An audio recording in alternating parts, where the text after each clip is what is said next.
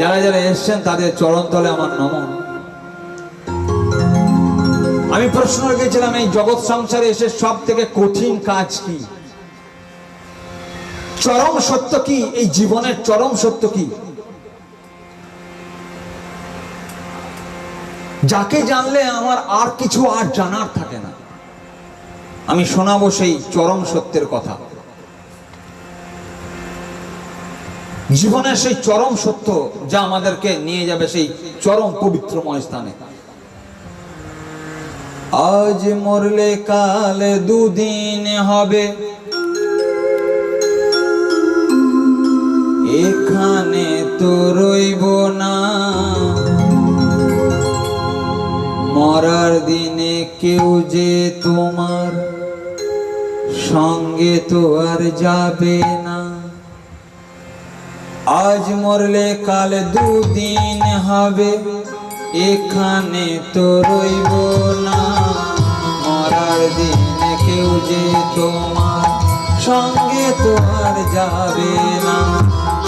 আজ মরলে কাল দুদিন হবে, সঙ্গে তো কেউ যাবে না। মরার দিনে কেউ যে তোমার সঙ্গে তো আর যাবে না। জীবনেরই চরম সত্য কেউ যে আমরা বুঝলাম না। জীবনেরই চরম সত্য কেউ যে আমরা বুঝলাম না। আজ মরলে কাল দুদিন হবে, এখানে তো রইব না।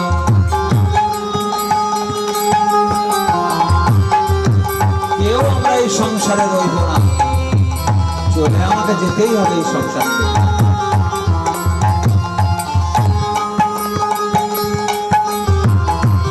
কি ভাবছেন এই বাড়ি ছেড়ে আপনাকে যেতে হবে না? সবাইকে আমাদেরকে একদিন চলে যেতে হবে এই সংসার থেকে। এসেছি যে খালি হাতে, কিছুই নিয়ে যেতে পারবো না।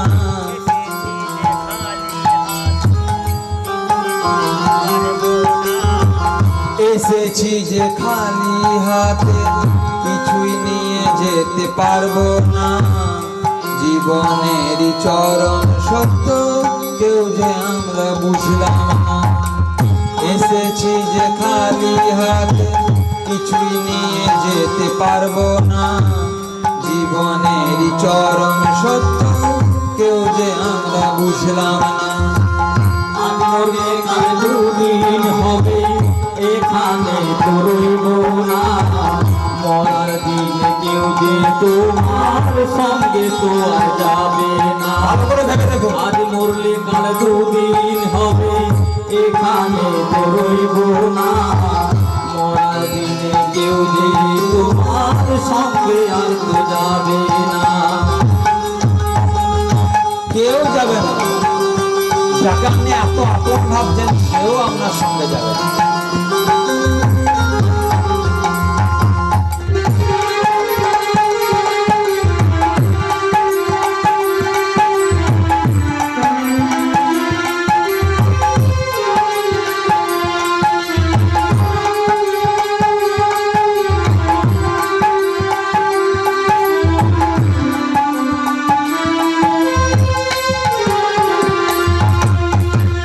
জীবনেরই অন্তিম কালে সে ছাড়া কেউ রইবে না।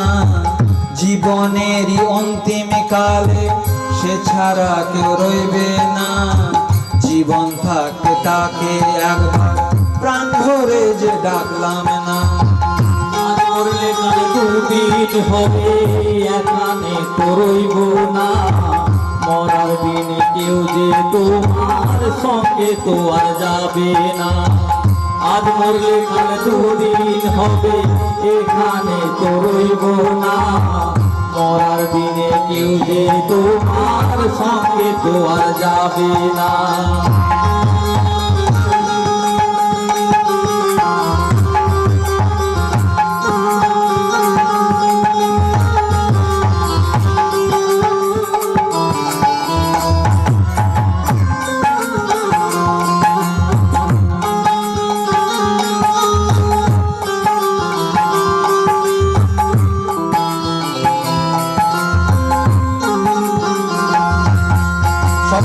বলুন, হরে কৃষ্ণ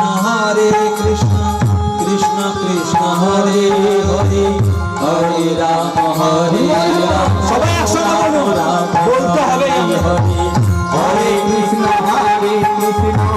কৃষ্ণ কৃষ্ণ হরে হরে, হরে রাম রাম রাম হরে হরে, হরে কৃষ্ণ কৃষ্ণ কৃষ্ণ হরে হরে, হরে রাম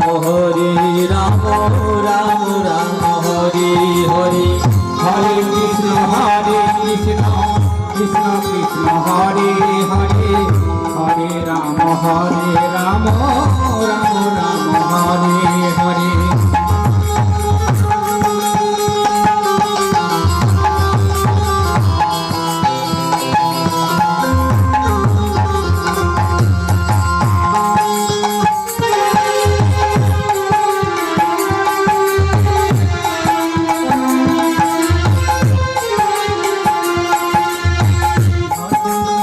আজ মরলে কাল দুদিন হবে, এখানে তো রইব না।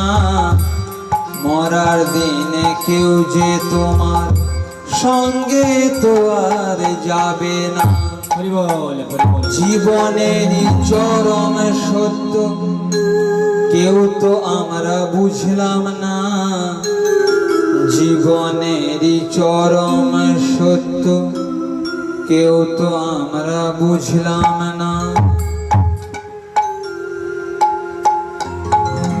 জীবনের সেই চরম সত্য কিন্তু কেউ আমরা বুঝলাম না। গীতাতে কি বলছে শুনুন, গীতার 2য় অধ্যায় 27 নম্বর শ্লোকে বলছে,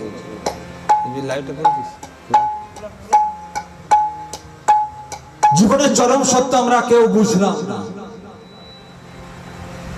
গীতাতে বলছে, ইয়াত শহীদ ধ্রুব মৃত্যু মৃত্যু ধ্রুবং জন্ম মৃতস্য চ, তস্মাদ পরিহার্যেয়ার্থে না তং সচতম আরহসি। গীতাতে বলছে স্পষ্ট, গীতার 2য় অধ্যায় সাংখ্যযোগের 27 নম্বর শ্লোকে বলছে, জাতস্য হি ধ্রুব মৃত্যু ধ্রুবং জন্ম মৃতস্য চ, তস্মাৎ পরিহার্যে অর্থে ন তং সচতম অরহসি। এই সংসারে যখন তুমি একবার এসছো, তখন তোমাকে এই সংসার ছেড়ে চলে যেতে হবে। জাতস্য হি ধ্রুব মৃত্যু, জন্মের পর মৃত্যু হচ্ছে ধ্রুব। আবার মৃত্যুর পর তোমাকে এই সংসারে কর্মফল অনুযায়ী আবার ফিরেও আসতে হবে। হরি বল হরি বল। দুঃখ করার কিচ্ছু নেই, কষ্ট পাওয়ার কিছু নেই। আমাকেও এই সংসার ছেড়ে একদিন চলে যেতে হবে। এই সংসারের সবাইকে একদিন ছেড়ে দিতে হবে, নিজের বাড়ি ছেড়ে চলে যেতে হবে আমার। তারপর তো এটা উলকুন্ডা গ্রাম, অবিরত আমরা দেখছি রাস্তার ধারে এই শ্মশান তালা। হরি বল হরি বল। একবার যখন যাই তখন দেখতে পাই কেউ কাউকে পোড়াচ্ছে, নইলে যখন আসি তখন একবার দেখতে পাই কেউ কাউকে পোড়াচ্ছে। জীবনের চরম সত্য তাও তো আমরা বুঝলাম, আর কবে বুঝবো আমরা? ভালো করে ভেবে দেখুন, গীতাতে বলছে স্পষ্ট যে যখন তুমি জন্মেছ, জাতস্য হি ধ্রুব মৃত্যু, জন্মের পর মৃত্যু হচ্ছে ধ্রুব, আবার মৃত্যুর পর জন্মও হচ্ছে ধ্রুব। সুতরাং দুঃখ পাওয়ার কিছু নেই। গাছের হলুদ পাতা ঝরে যায়, সবুজ পাতা জন্মায়। সবুজ পাতা একদিন আবার হলুদ হয়ে ঝরে যায়, কচি পাতা আবার জন্মায়। এই আত্মার মৃত্যুও নেই, আত্মার জন্মও নেই। গীতাতে বলছে দেখুন, আমাদের এই শরীরটার বিনাশ হয় কিন্তু আত্মার বিনাশ নেই। আত্মার বিনাশ নেই।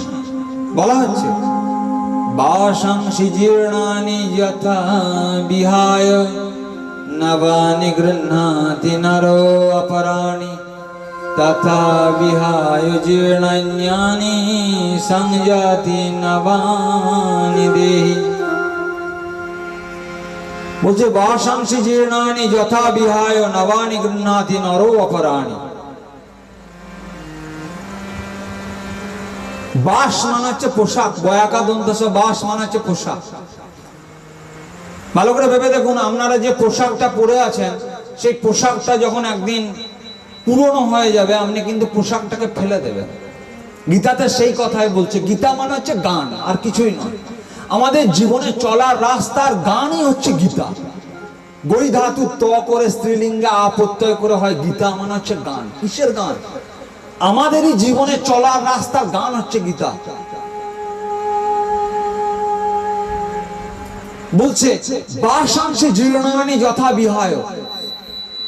যেমন ভাবে আপনার পোশাকটা ছিঁড়ে গেলে আপনি ফেলে দেন, ঠিক আমাদের এই চামড়ার শরীররূপ পোশাকটা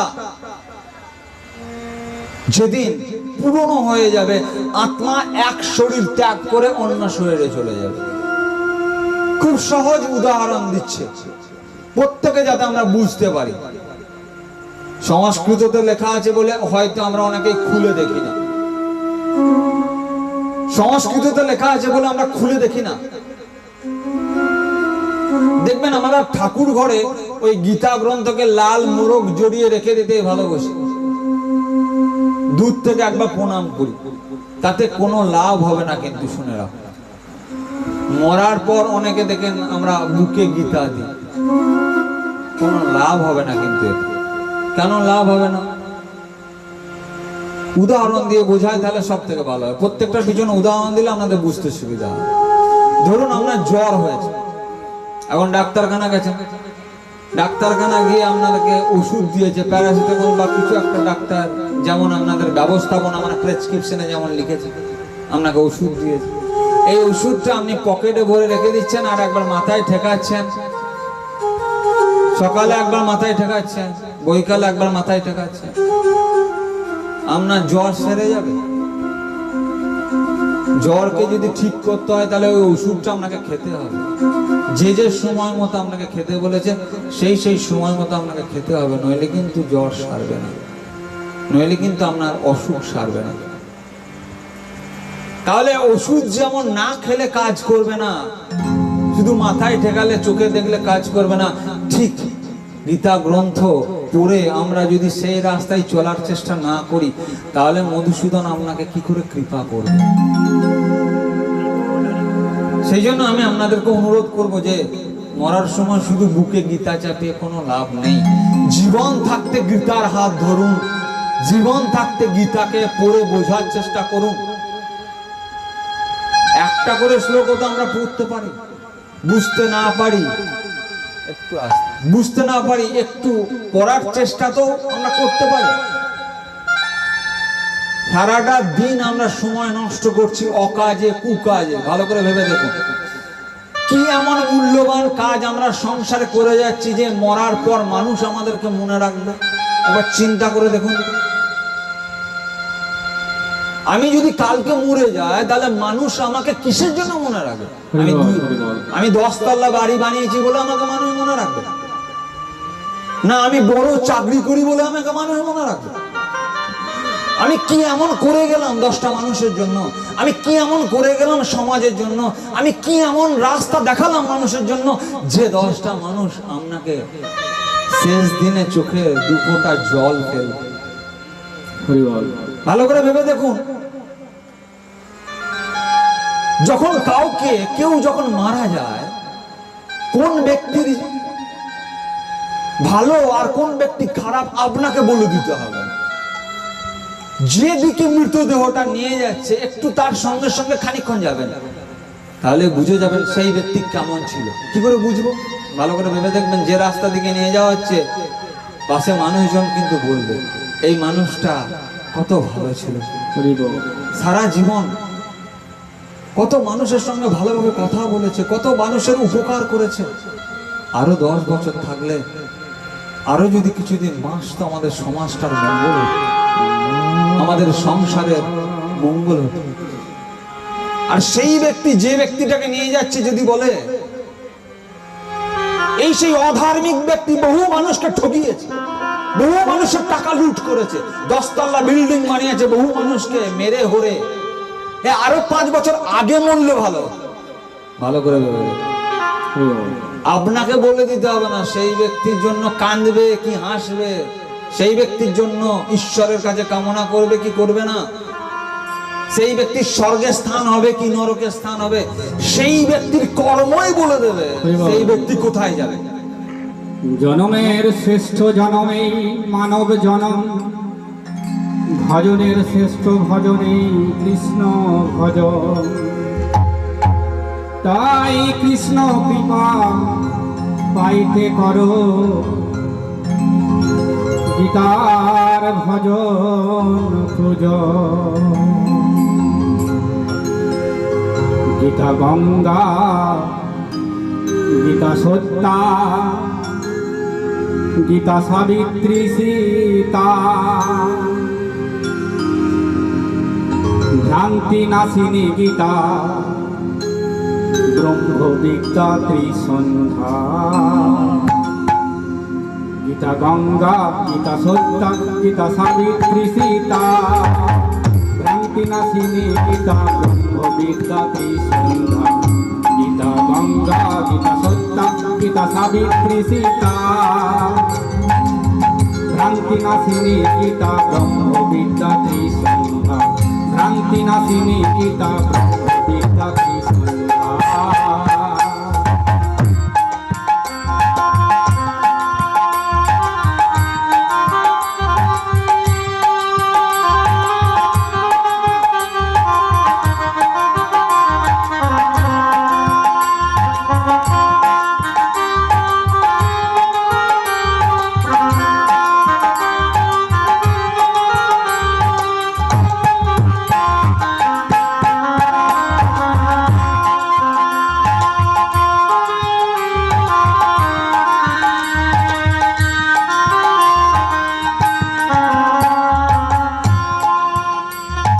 গীতার বাণী পাঠ করিলে থাকে না ভব জ্বালা। এ যে আমার মহাপ্রভু শ্রীকৃষ্ণের কথার মালা। গীতার বাণী পাঠ করিলে থাকে না ভব জ্বালা। এ যে আমার শ্রীকৃষ্ণের কথার মালা।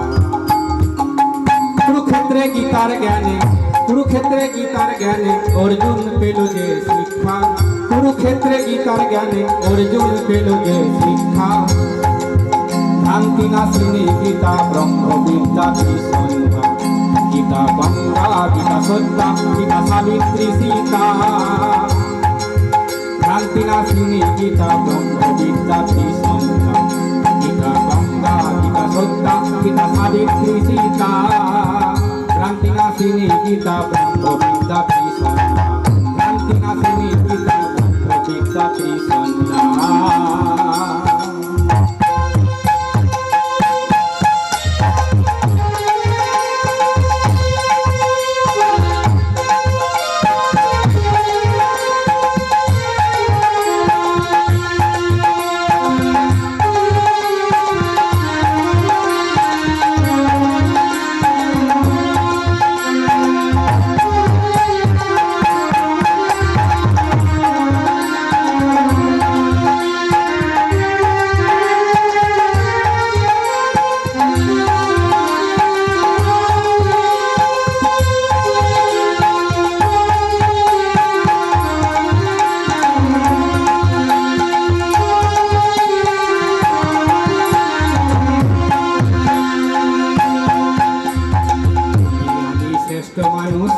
মহান করা শেষের দিনে দিতে হবে সেই মালিকের হাতে ধরা। আমি শ্রেষ্ঠ মানুষ তহুর করা শেষের দিনে দিতে হবে সেই মালিকের হাতে ধরা। তাই করো গীতার আরাধনা, করো গীতার আরাধনা, জ্ঞান মঞ্জুরি ভাগবত গীতা। করো গীতার আরাধনা, জ্ঞান মঞ্জুরি ভাগবত গীতা। ভ্রান্তি নাশিনী গীতা, ব্রহ্ম বিদ্যা ত্রিসন্ধ্যা। গীতা গঙ্গা, গীতা সত্যা, গীতা সাবিত্রী সীতা, ভ্রান্তি নাশিনী গীতা, ব্রহ্ম বিদ্যা ত্রিসন্ধ্যা। ভ্রান্তি নাশিনী গীতা, ব্রহ্ম বিদ্যা ত্রিসন্ধ্যা।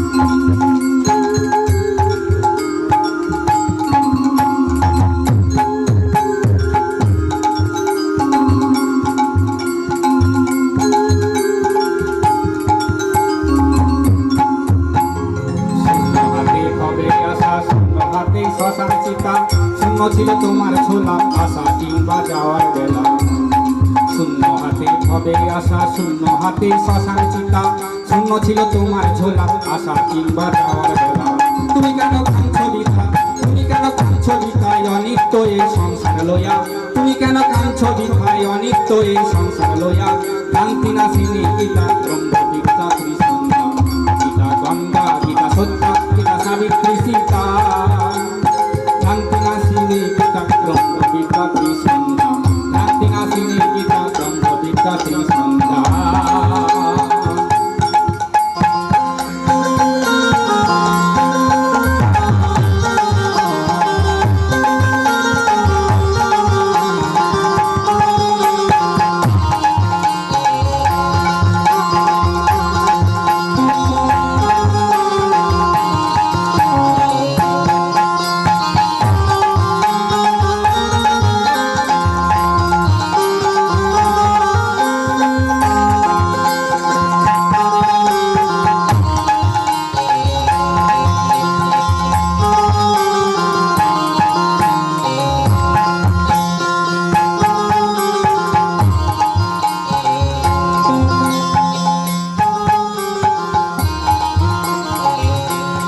উপাসনায় আরাধনা যে করে গীতা চুরাশিতে আর আসে না পূজে তারে যে দেবতা উপাসনা আরাধনা যে করে গীতা চুরাশিতে আর আসে না পূজে তারে যে দেবতা তাই পাইলে ভাবে কৃষ্ণ কৃপা পাইলে ভাবে কৃষ্ণ কৃপা চরণ যায় তার শ্রী রাধা পাইলে ভাবে কৃষ্ণ কৃপা চরণ যায় তার শ্রী রাধা ভ্রান্তি নাশিনী গীতা ব্রহ্ম বিদ্যা ত্রিসন্ধ্যা গীতা গঙ্গা গীতা সত্য গীতা সাবিত্রী সীতা ভ্রান্তি নাশিনী গীতা ব্রহ্ম বিদ্যা ত্রিসন্ধ্যা গীতা গঙ্গা গীতা সত্য গীতা সাবিত্রী সীতা ভ্রান্তি নাশিনী গীতা ব্রহ্ম বিদ্যা ত্রিসন্ধ্যা ভ্রান্তি নাশিনী গীতা ব্রহ্ম বিদ্যা ত্রিসন্ধ্যা ভ্রান্তি নাশিনী গীতা ব্রহ্ম বিদ্যা ত্রিসন্ধ্যা হরি বল হরি বল হরে কৃষ্ণ হরে কৃষ্ণ। আপনাদেরকে শোনাচ্ছিলাম যে এই জীবনের চরম সত্য কি, মৃত্যু হচ্ছে আমাদের জীবনের সেই চরম সত্য। এবং এই কথাও জেনে রাখুন, শেষ দিনে আপনাদের সঙ্গে কে যাবে একটুখানি জেনে রাখুন। কে কত দূর যাবে, এই সংসারের কোন মানুষ আপনার সঙ্গে কতটা যাবে একবার ভেবে দেখুন। সংসারের কোন কোন ব্যক্তি আপনার কত দূর পর্যন্ত যাবে একটু শুনুন, তাহলে এবার বুঝতে পারবেন। ये बंधुजन सब जाएगी गंगा जल पीने तक, अर्धांगिनी भी जाएगी तो मकान तक, परिवार के लोग भी जाएगी तो शमशान घाट तक, पुत्र भी हक निभाएगी तो अग्नि दान तक। এর বেশি আমাদের এই সংসারের কোনো মানুষ আপনার সঙ্গে যাবে না। কতদূর যাবে কি বলা হলো? ये बंधुजन सब जाएगी गंगा जल पीने तक। দেখবেন কেউ মারা গেলে আত্মীয় স্বজন যখন খবর পায়, যখন খবর দেওয়া হয়, এসে বাড়িতে এসে খবরাখবর করে চলে যায়। ये बंधुजन सब जाएगी गंगा जल पीने तक, বাড়িতে এসে বাড়ি গিয়ে আবার একটু গঙ্গা জল ছিটিয়ে নিয়ে এইটুকু, আর বেশি আপনার সঙ্গে যাবে না। अर्धांगिनी भी जाएगी तो मकान तक। अर्धांगिनी মানে হচ্ছে অর্ধ অঙ্গিনী অর্থাৎ স্ত্রী। গ্রামের বাইরে যে মকান অর্থাৎ দোকান পর্যন্ত যাবে, শ্মশানতলা পর্যন্ত আপনার সঙ্গে যাবে না। अर्धांगिनी भी जाएगी तो मकान तक, परिवार के लोग भी जाएगी तो शमशान घाट तक। বাড়ির লোকজন খুব বেশি হলে শ্মশান ঘাট পর্যন্ত আপনার সঙ্গে যাবে, এর বেশি আপনার সঙ্গে কেউ যাবে না। হরি বল। पुत्र भी हक निभाएगी तो अग्नि दान तक। ছেলে আর একটু বেশি দূর যাবে, অর্থাৎ অগ্নিদান করবে, অর্থাৎ পিতার চিতায় আগুন দেয় পুত্র। এর বেশি সংসারের কেউ কিন্তু আপনার সঙ্গে যাবে না, কিন্তু একজন এর পরেও আপনার সঙ্গে যাবে। इससे भी आगे भजन ही है साथी, इससे भी आगे भजन ही है साथी, भजन के बिना तुम अकेला रहोगे। इससे भी आगे भजन ही है साथी, भजन के बिना तुम अकेला रहोगे। इससे भी आगे भजन ही है साथी, भजन के बिना तुम अकेला रहोगे।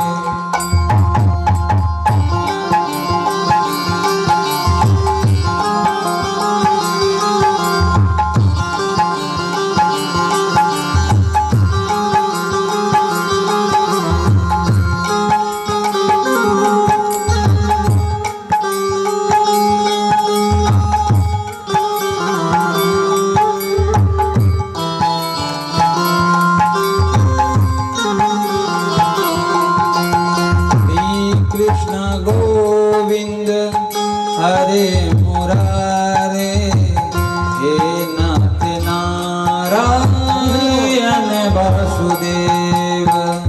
श्री कृष्ण गोविंद हरे मुरारे, हे नाथ नारायण वासुदेव।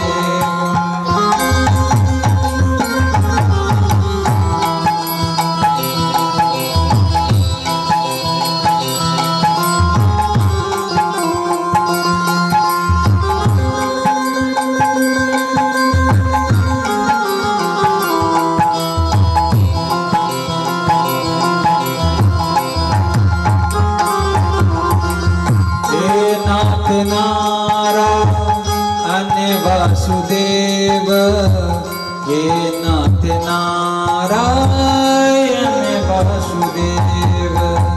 श्री कृष्ण गोविंद हरे मुरारी, हे नाथ नारायण वासुदेव।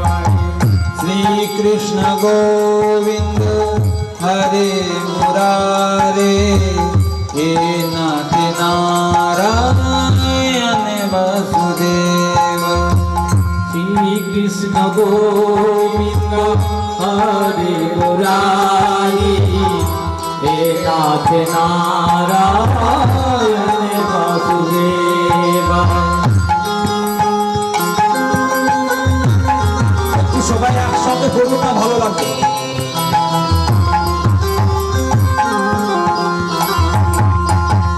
गोविंद मेरी यही प्रार्थना है, गोविंद मेरी यही प्रार्थना है, भूलो न मैं नाम कभी तुम्हारे।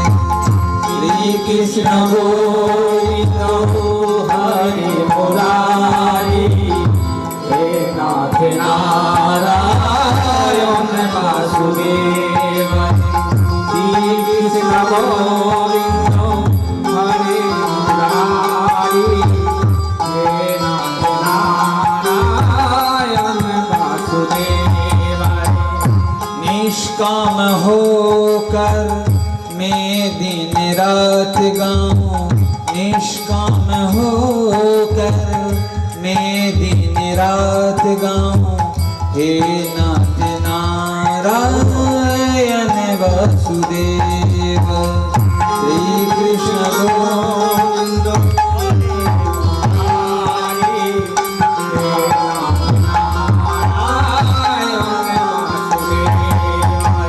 श्री कृष्ण गोविंद हरे मुरारी, हे नाथ नारायण वासुदेव। श्री कृष्ण गोविंद এছাড়া কোনো রাস্তা हरे নেই। मुरारी, সময় থাকতে বুঝে গেলে ভালো, নইলে সমস্যা। এছাড়া কোনো রাস্তা নেই। वासुदेव। गोविंद में प्रार्थना है गोविंद मेरी, यही प्रार्थना है भूलो न मैना कभी तुम्हारे। कृष्ण गोविंद हरे मुरारी, हे नाथ नारायण वासुदेव। সবাই গান ভালো লাগবে, মনে মনে গান, উপায় নেই এছাড়া। হরে মুরারি, হে নাথ নারায়ণ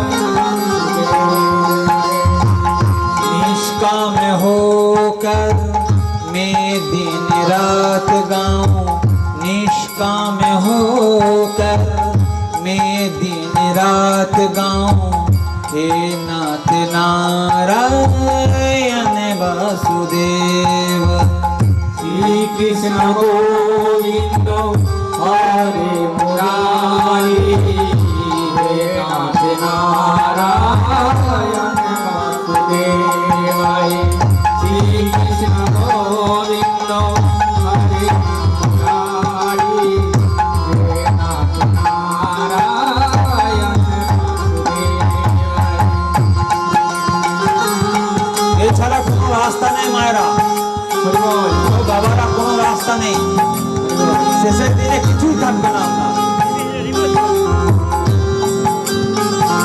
পরনের এই বস্ত্রটাও খুলে নেবে টেনে শ্মশান ঘাটে, মারবে লাঠির বাড়ি পাঁচড়ে। শেষ দিনে কথাটা একবার চিন্তা করে দেখো, সব অহংকার মাটির সঙ্গে মিশে যাবে, কিছুই থাকবে না। এই আমার এত আছে অত আছে কিছুই নেই, চারজন কাঁধে করে নিয়ে যাবে। এই তো জীবনের পরিণতি আমাদের, কেউ তো আমরা বুঝলাম না জীবনের চরম সত্যতা, কেউ তো আমরা বুঝলাম না। श्री कृष्ण সবাই গান हरे मुरारी, মায়েরা একটু শঙ্খ থাকলে এসে বাজান, नाथ नारायण वासुदेव। বাড়ির শঙ্খটা নিয়ে এসে একটু বাজান। হরে মুরারি, হে নাথ নারায়ণ वासुदेव। गोविंद मेरी यही प्रार्थना है, गोविंद मेरी यही प्रार्थना है भूलो न मैना कभी तुम्हारे। निष्काम होकर मैं दिन रात गाऊं, निष्काम होकर मैं दिन रात गाऊं, हे नाथ नारायण वासुदेव। श्री कृष्ण गोविंद हरे मुरारी, हे नाथ नारायण वासुदेवाय। श्री कृष्ण गोविंद हरे मुरारी, সবাই গান একসঙ্গে, মনে মনে গান, প্রাণ খুলে গান।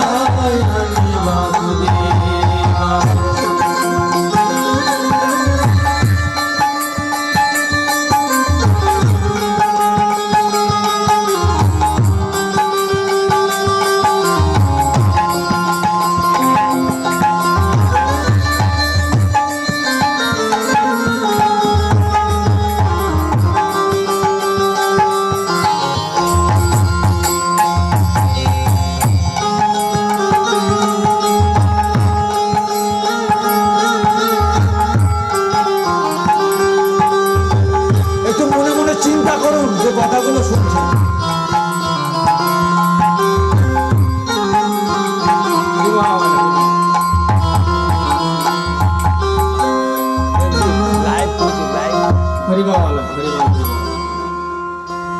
এই যে সংসারে এসে ভাবছে আমি করছি, অহংকার বিমূঢ় আত্মা কর্তাম কর্তাম অহমিতি মান্যতে, গীতাতে বলছে।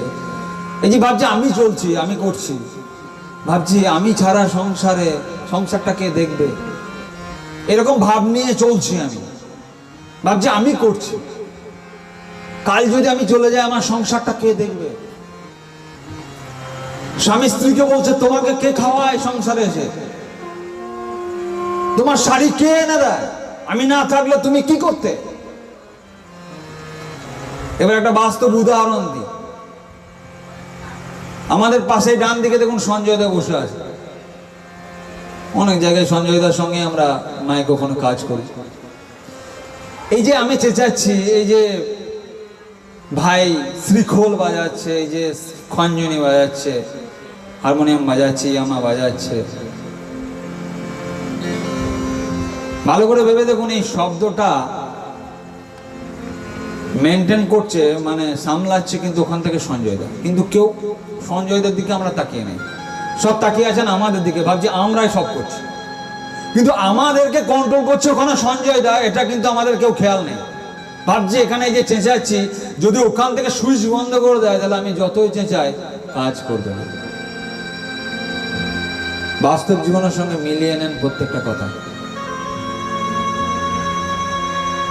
এই ধারণা থেকে বেরিয়ে আসুন, আমি ছাড়া এই সংসার চলবে না। এই ধারণা থেকে বেরিয়ে আসুন। আমি যদি ভাবি আমি ছাড়া গীতা পাঠ করার আর কেউ নেই, তাহলে এটা অহংকার হয়ে যায়। আমি যদি আজকে গীতা পাঠ করে মরে যাই, কালকে অন্যজন কেউ গীতা পাঠ করবে,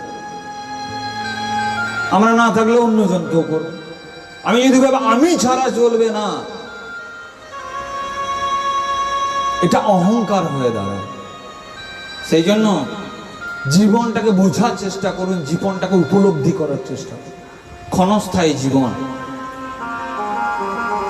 কালকে সূর্য কে কজন দেখবো আমরা কেউ জানি না, আমরা বলতে পারি না। আমরা এ কথা বলতে পারি না যে কালকে সূর্যটা আমি দেখবই, দেখতে পাবই।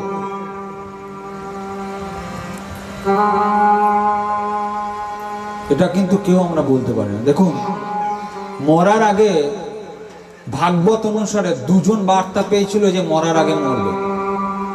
মন দিয়ে শুনবেন একটু কথা।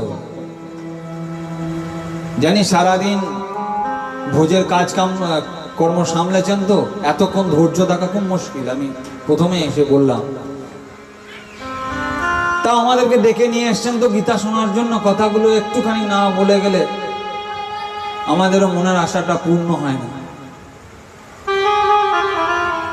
মরার আগে দুজন বার্তা পেয়েছিল যে তোমাকে এই সংসার থেকে যেতে হবে। কে কে?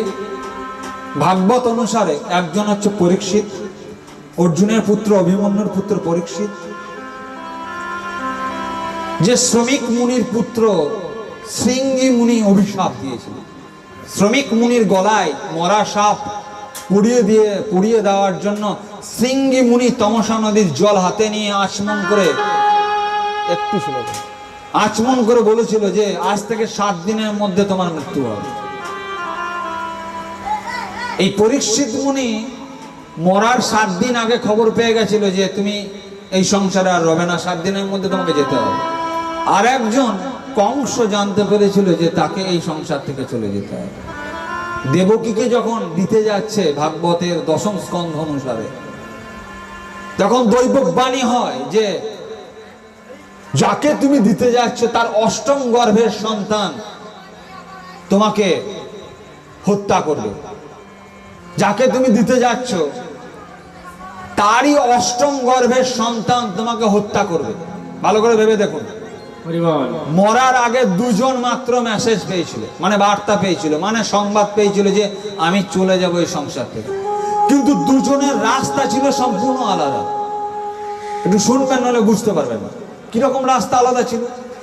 একজন পরীক্ষিত, যে যখন জানতে পারলো আমাকে এই সংসার থেকে চলে যেতে হবে, সঙ্গে সঙ্গে পরীক্ষিতের পুত্র জন্মেঞ্জয়কে বুদ্ধি দিয়ে সঙ্গে সঙ্গে নদীর ধারে চলে গেল এবং এই 7 দিনে কি করে উদ্ধার হওয়া যায় তার রাস্তা খুঁজে বের করার চেষ্টা করতে লাগলো। কি করে উদ্ধার হওয়া যায় এই সংসার থেকে, তার রাস্তা খুঁজতে লাগলো। এবং বহু মুনি ঋষিরা সেখানে এসে উপস্থিত হলো, বহু মুনি ঋষিরা, এবং তার সমাধানের রাস্তা খুঁজে বের করতে লাগলো। এবং সেই পরীক্ষিত মুক্ত হয়েছিল, আমরা জানি পরীক্ষিত মুক্ত হয়েছিল। আর একজন যে কংসর কথা আপনাদেরকে বলছি, সেই কংস মৃত্যুকেই মারার চেষ্টা করতে শুরু করলো। যার জন্য এই সংসার থেকে তাকে চলে যেতে হবে তাকেই মারার চেষ্টা করতে লাগলো। দেবকীকে জেলে বন্দি করলো, বসুদেবকে জেলে বন্দি করলো, এবং প্রত্যেকটা সন্তানকে কংসের হাতে তুলে দিতে হলো। আছাড় মেরে মেরে মেরে ফেললো, ভাগবত অনুসারে দেখবেন আছাড় মেরে মেরে মেরে ফেললো। তাহলে একজন মরবো, সেখান থেকে কি করে উদ্ধার পাওয়া যায় তার রাস্তা খুঁজতে লাগলো। আর একজন যে কাল, তাকে কি করে মারবো তার রাস্তা খুঁজতে লাগলো। হরি বল, হরি বল, হরি বল। কংস মধুসূদনকে মারার প্ল্যানিং বানাতে শুরু করলো। অঘাসুর, বকাসুর, বৎসাসুর, ভাগবতে দেখবেন একের পর এক অসুর, অঘাসুর, বকাসুর পাঠাতে শুরু করলো। প্রথমেই তো পুতনা, মাত্র 4 দিন বয়সে পুতনাকে পাঠিয়েছিল, স্তনে বিষ লাগিয়ে পুতনাকে পাঠিয়েছিল। তারপরে একের পর এক শত্রু পাঠাতে লাগলো গোকুলে। তাহলে ভালো করে ভেবে দেখুন, এই জগৎ সংসারে এসে যারা যারা আমরা এখনো জানি না আমাকে এই সংসার থেকে চলে যেতে হবে, দেখুন জানা আর মানা দুটো এক কথা নয়। কিন্তু আমরা অনেক কথাই জানি কিন্তু মানি না কিছু। পিতা মাতাকে সম্মান করা উচিত কিন্তু অনেকেই মানি না, জানি কিন্তু মানি না। মোটা হয়ে গেলে ব্যায়াম করতে হবে, আমরা অনেকেই জানি কিন্তু মানি না। 8টা পর্যন্ত নাক ডাকিয়ে ডাকিয়ে ঘুমাচ্ছে, গরিষ্ঠ আহার রাত 12টার পরেও ভোজন করে যাচ্ছে। তাহলে আমরা জানি শরীর সুস্থ রাখতে গেলে কি কি করতে হবে, জানি কিন্তু মানি না। পিতা মাতাকে শ্রদ্ধা করা উচিত জানি কিন্তু বৃদ্ধাশ্রমে পাঠাচ্ছি। এই পিতা মাতার প্রতি আমাদের শ্রদ্ধা। তাহলে জানা আর মানা দুটো জিনিস কিন্তু এক নয়। তাহলে আমরা অনেকেই জানি যে আমাকে এই সংসার ছেড়ে চলে যেতে হবে, কিন্তু আমরা অনেকে মানি না। তাই আপনাদেরকে অনুরোধ করব, আপনারা এবার আমাদেরকে বলুন। অনেকক্ষণ ধরে আপনাদেরকে বলছি, এবার আপনারা ভেবে আমাকে বলুন কোন রাস্তা অবলম্বন করবেন। পরীক্ষিতের রাস্তা অবলম্বন করবেন না কংসের রাস্তা অবলম্বন করবেন? ভালো করে বিচার করে বোধ করে দেখুন। ভাগবতে 2জন এমন ব্যক্তির উদাহরণ পায় যারা মরার আগে খবর পেয়েছিল যে তুমি মরতে যাচ্ছ। তাহলে এই সংসারে এসে গীতা আমাদেরকে বারবার বলছে তোমাকে এই সংসার ছেড়ে চলে যেতে হবে। তাহলে কি আমি কি ভেবেছি এই সংসার থেকে যাওয়ার আগে আমার কি করা দরকার? কি করে গেলাম এই সংসারে এসে? আমি কি করতে আমি এসেছিলাম এই সংসারে? শুধুমাত্র খেয়ে পড়ে আর সন্তান উৎপাদন করার জন্য এই সংসারে এসেছিলাম, বাকি আর কোনো কাজ নেই এই সংসারে? এই করার জন্য আমি এসেছিলাম? সেটা তো একটা কুকুর বিড়ালও করে। যে কাজগুলো করার জন্য ভাবছি সেটা তো একটা কুকুর বিড়ালও করে। একটা শুয়োর 10টা বাচ্চা দেয় একবার। একটা শুয়োরের 10টা বাচ্চা হয়, একটা কুকুরের 6-7টা বাচ্চা হয় একবারে। আমাদের তো একটা থেকে খুব বেশি হলে 2টো বাচ্চা হয়, যমজ ছেলে হয় দেখে, তার বেশি আর হয় না। তাহলে ভালো করে ভেবে দেখুন, তাহলে আমার এখন কর্তব্য কি? তাহলে আমি এখন কি করব? দেখুন গীতা পাঠ, ভাগবত পাঠ, এই গানগুলো কিন্তু অন্যান্য গানের থেকে একটু আলাদা। এখানে নাচানাচি এরকম কিন্তু নেই, বেশি একটু কম। তাই অনেকের পছন্দ হয় না গীতা পাঠ, ভাগবত পাঠ। এখানে কিন্তু বোঝার জিনিস, জীবনকে উপলব্ধি করার জিনিস। তাহলে এখন আমি কি করব? যদি আমি জানি যে আমাকে মরতে হবে, মরতে তো আমাদেরকে হবেই সবাই, তাহলে আমার এখন কি করা উচিত? আমি কি করব? কাল থেকেও নাক ডাকিয়ে যেমন করছিলাম তাই করব না, কিছু আপডেট, নিজেকে চেঞ্জ করব। তাহলে কি চেঞ্জ করব? গীতাতে কি বলছে শুনুন। গীতার 18 নম্বর অধ্যায় 66 নম্বর শ্লোকে, যখন আমি জানছি আমাকে এই সংসার থেকে যেতে হবে, মধুসূদন বলছে তাহলে তুমি এই রাস্তা অবলম্বন করো। কোন রাস্তা অবলম্বন করব? গীতার 18 নম্বর অধ্যায়ের নাম হচ্ছে মোক্ষযোগ, তার 66 নম্বর শ্লোকে। বাড়িতে বই থাকলে খুলে দেখে নেবেন। এই জন্য আমি প্রত্যেকটা শ্লোক কত নম্বর অধ্যায় থেকে বলছি আমি এখানে বলে দিচ্ছি আপনাদের, যাতে আপনাদের সহজ হয়। এত কথা আপনাদের একবারে মনে থাকবে না। পিছনে ব্যানারে দেখুন গীতা দর্শন বলে একটা চ্যানেলের নাম লেখা আছে, ইউটিউব চ্যানেল। আপনাদের এই ভিডিওটাও সেখানে পাবেন, 2-4 দিনের মধ্যেই পেয়ে যাবেন, পাবেন সেখানে। তাই আমার কথা হচ্ছে সৎ সঙ্গে জুড়ে যান। জীবনে যে কটা দিন পাচ্ছেন, জীবনের সব থেকে মূল্যবান জিনিস হচ্ছে সময়। চাণক্যমণি বলছেন আয়ুষক্ষণ একোপি না লভ্যতে শরণকটিভি আয়ুষক্ষণ একোপি না লভ্যতে শরণকটিভি না চে নিরার্থকং নীতি কাচাহানি স্ততোধিকা। আজ 13 তারিখ, এই 13 তারিখ আষাঢ় মাসের 13 তারিখ 1433 সালের 13 তারিখ আপনার জীবনে কখনো আর আসবে না। একবারের জন্যই আসছে, প্রত্যেকটা সময় প্রত্যেকটা সেকেন্ড একবারের জন্যই আমাদের জীবনে আসছে। তাহলে এই মূল্যবান সময়টাকে কাজে না লাগালে কত বড় মূর্খ আমরা। তাই কি করব এবার? আমি যখন জানতে পারলাম আমাকে এই সংসার থেকে চলে যেতে হবে, এই সংসার বেশি দিন আপনাকে রাখবে না, বের করে দেবে এই সংসার থেকে আপনাকে। তাহলে কি করব? গীতার 18 নম্বর অধ্যায় 66 নম্বর শ্লোকে বলছে, সর্বধর্মান পরিত্যাজ্য মামেকং শরণং ব্রজ। সর্বধর্মান পরিত্যাজ্য মামেকং শরণং ব্রজ অহং ত্বং সর্ব পাপেভ্যঃ মোক্ষয়িষ্যামি মা শুচি। একদম স্পষ্ট বলে রেখেছে। সারা জীবন আমরা তো গীতা বই খুললাম না, গীতা বই কি লেখা আছে দেখলাম না, খোলার চেষ্টাও করলাম না, যে জায়গায় পাঠ হচ্ছে যাওয়ার চেষ্টাও করলাম না। সর্বধর্মান পরিত্যাজ্য, সমস্ত ধর্ম ত্যাগ করে, মামেকং, আমার একার প্রতি, শরণং ব্রজ, তুমি শরণ নাও, অহং ত্বং, আমি তোমাকে, সর্ব পাপেভ্য, সমস্ত পাপ থেকে, মোক্ষয়িষ্যামি মা শুচি, আমি তোমাকে মুক্ত করে নিয়ে যাব, কোনো চিন্তা করো না অর্জুন। এত বড় কথা আর কোন গ্রন্থে আমি পাইনি। এই জন্য বলছে সর্বশাস্ত্রময় গীতা। আমি আমার জীবনে এত বড় কথা, আমার জীবনের সব থেকে একটি সুন্দর শ্লোক হচ্ছে এই শ্লোকটা, যে এত বড় এত সত্য কথা বলেছে। কি বলেছে? তুমি সব ধর্ম ত্যাগ করে আমার শরণ নাও, আমি তোমাকে মুক্ত করে নিয়ে যাব, কোনো চিন্তা করো না অর্জুন। এতটা দায়িত্ব নিয়েছেন মধুসূদন। তাহলে এই সংসারে এসে আমরা অনেক ধর্ম পালন করছি। কি? কখনো পুত্রের ধর্ম পালন করছি, তো কখনো পিতার ধর্ম পালন করছি, তো কখনো মায়ের ধর্ম পালন করছি।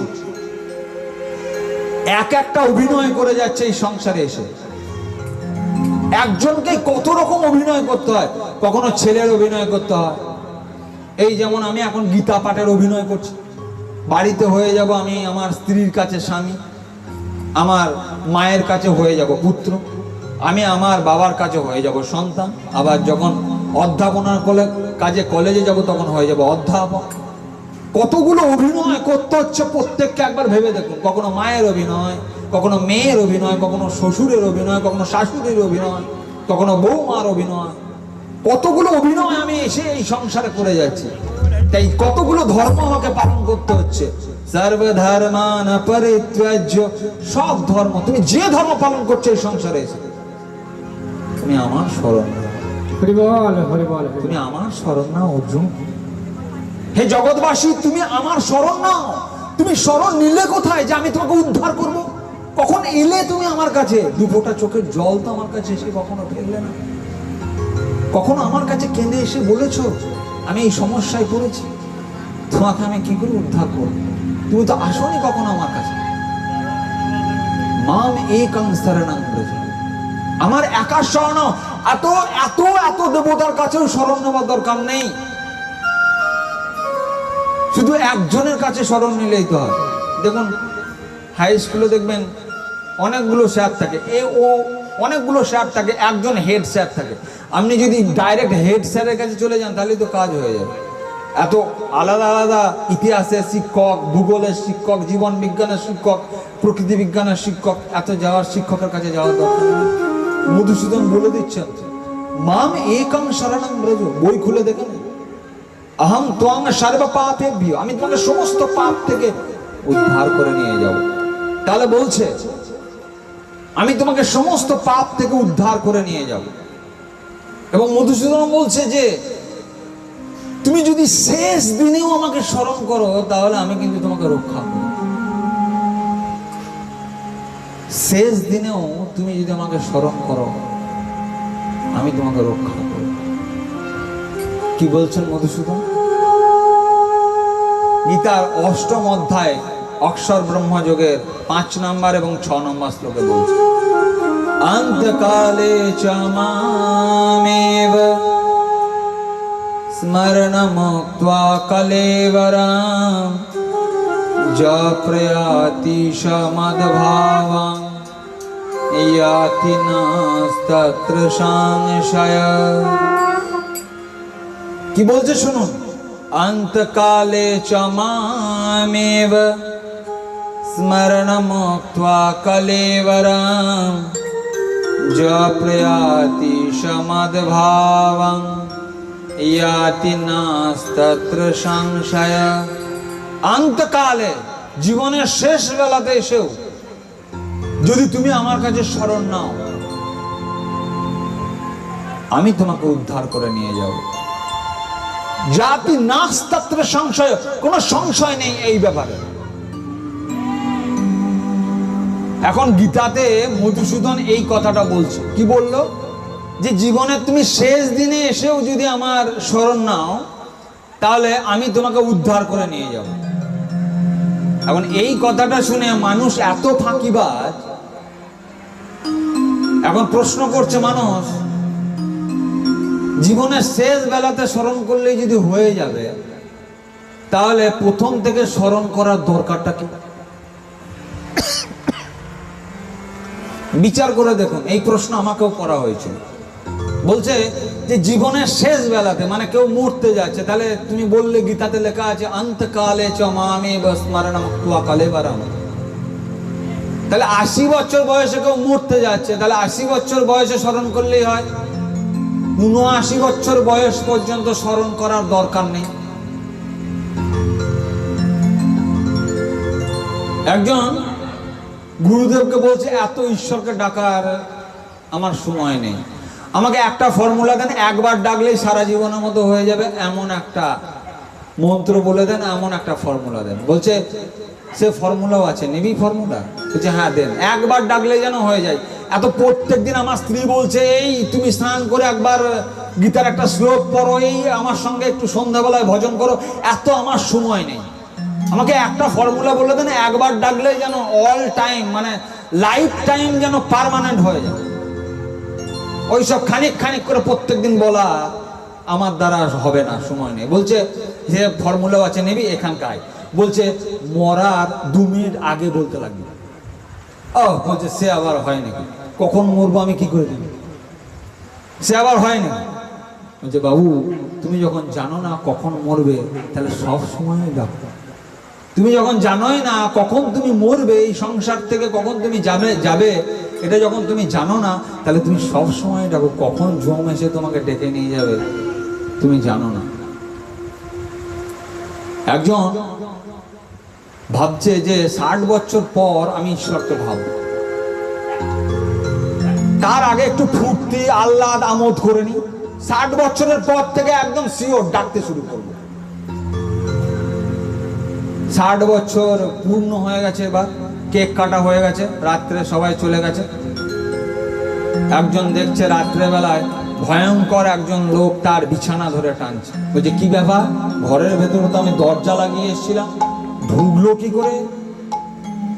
এত টাকা দামের বিল্ডিং বানিয়েছি, লোহার খিল আটকিয়েছিলাম, ঢুকলো কে ঘরের ভেতরে? একে কে ঢোকালো? এই তোমাকে কে ঢুকিয়েছে ঘরের ভেতরে? বলছে এইসব ছাড়ো, চলো আমার সঙ্গে। বলছে কোথায়? যে তোমার টাইম শেষ। টাইম শেষ মানে? টাইম শেষ মানে তোমাকে যেতে হবে, আমি তোমাকে নিতে এসেছি। বলছে 25% দিচ্ছি যা কামিয়েছিলাম, আমাকে 1 মাস বাড়িয়ে দাও। বলছে এইসব ছাড়ো, 1 মাস 3 মাস ছাড়ো, একটা মিনিটও বাড়াতে পারবো না, চলো আমার সঙ্গে। এই বলছে শোনো শোনো, তোমাকে 50% দিচ্ছি, আমি যা কামিয়েছি সারা জীবন অসংখ্য টাকা কামিয়েছি, তোমাকে 50% দিয়ে দিচ্ছি, আমাকে 7টা দিন সময় দাও। তোমাকে একটা কথাই তো বললাম, 7টা দিনকে একটা মিনিটও সময় পাবে না, চলো আমার সঙ্গে, এখনই চলো। যখন ঘাট ধরে টেনে নিয়ে যাচ্ছে, বলছে দাঁড়াও দাঁড়াও, আমাকে 2 মিনিট সময় দাও, আমি একটা চিঠি লিখে যেতে চাই। যে কি চিঠি? তাড়াতাড়ি লেখো। যে পাশের ঘরে আমার ছেলে শুয়ে আছে, তাকে একটা চিঠি লিখে যেতে চাই। তো কি চিঠি লিখবে? তাড়াতাড়ি লেখো, সময় নেই, তোমার টাইম আউট হয়ে গেছে। তো চিঠি লিখছে বাবা ছেলে। দেখ বাবা, আমি জীবনের 60 বছরে এসে এই কথাটা বুঝলাম যে আলাদা করে ভজন পূজন করার সময় তুমি আর পাবে না।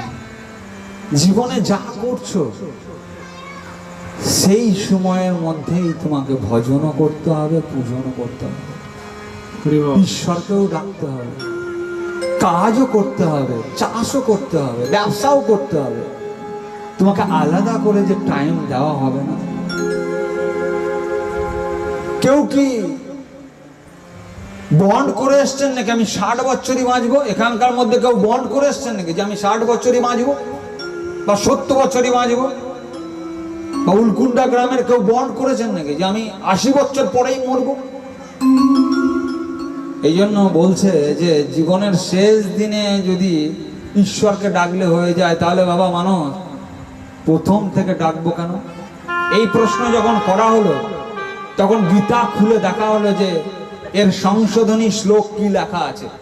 ঠিক 8ম অধ্যায়ের 6 নম্বর শ্লোকে বলছে, ইয়ং ইয়ং বাপি শরণ ভাবং তজ, একটু তজত্যন্তে কলেবরম তাং তম বৈতিকান্তেয় সদা তদ ভাব ভাবিতঃ। কি বলছে শুনুন, বলছে তুমি যে ভাব নিয়ে চলবে শেষ বেলাতে তোমার সেই ভাবই জন্মাবে। সেটা কিরকম কথা?